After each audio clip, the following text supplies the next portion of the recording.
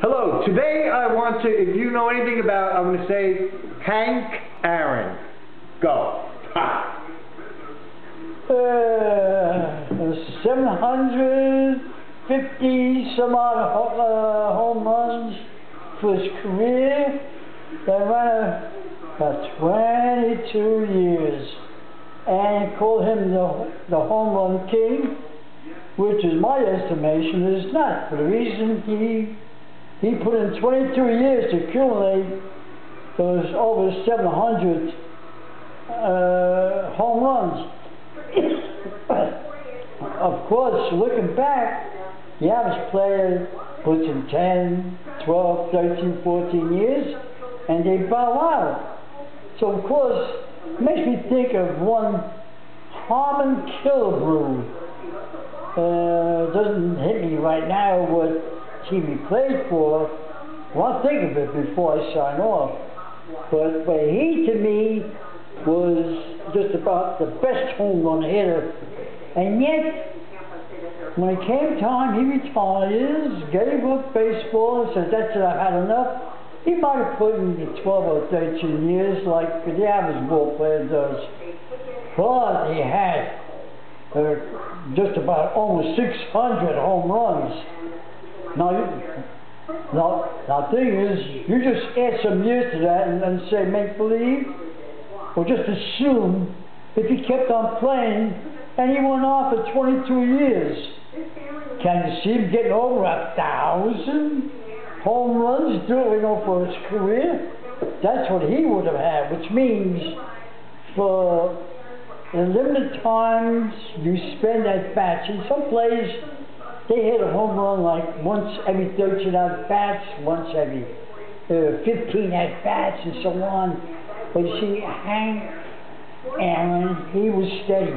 Year after year after year, he got his between 35 and 45 home runs.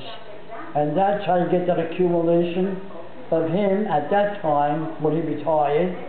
He beat out the Babe Ruth. But don't forget, Babe Ruth didn't put 22 years in. If he had put 22 years in, then of course, you start checking.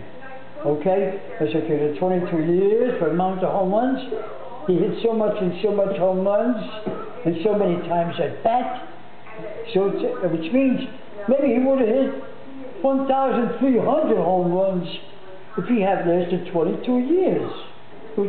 Now you take back to Killebrew.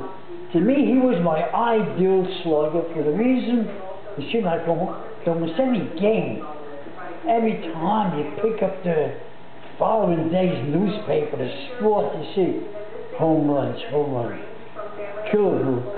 The name was always there. How come he didn't make the Hall of Records? You know, when a player finishes his career, right away they want to enter him, you know, because he was exceptional, more exceptional than many players who are in the select circle that could admit it to the Hall of Fame. But he had to be, after time expired, never being voted in. The sport writers got together, you know, playmakers or what, and they vote these people into the Hall of Fame. And that's the only way he got into it.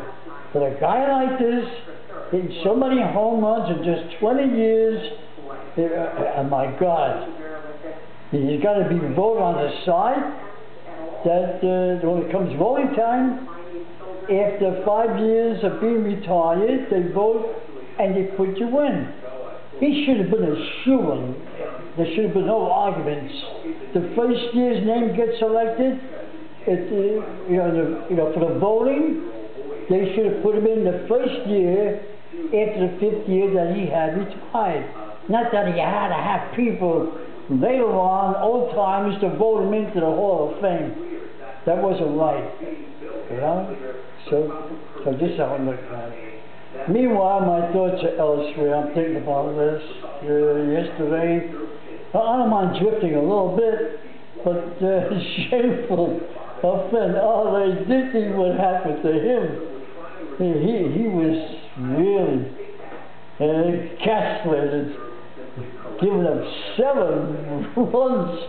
And let's not forget, you know, at the first game after spring training, the season started, right?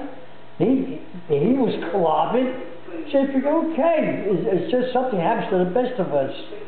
But here it is, a few days later, was his turn to pitch again, and he was worse than ever. We gave up all those runs. So you could imagine right now, Toronto must be buzzing because they gave up a lot to get this player, and because of what he accomplished last year. How can he go wrong? 2 times. Maybe the 3rd time he might find himself, but if it happens the 3rd time, you know, you got to start thinking about it, saying, hey, did he fizzle out? It's not the way, you know, this pitcher should never been. After winning 20 games last year with such a horrible bad team, and the strikeout told everything in his favor. So how could he lose so much in so little time, over a span of time to lose something? But not in this case. It appears he lost it all. He's got to find himself. Hopefully he should, because that team, Toronto, got rid of some good ball players just to get him. Mr. Dickey.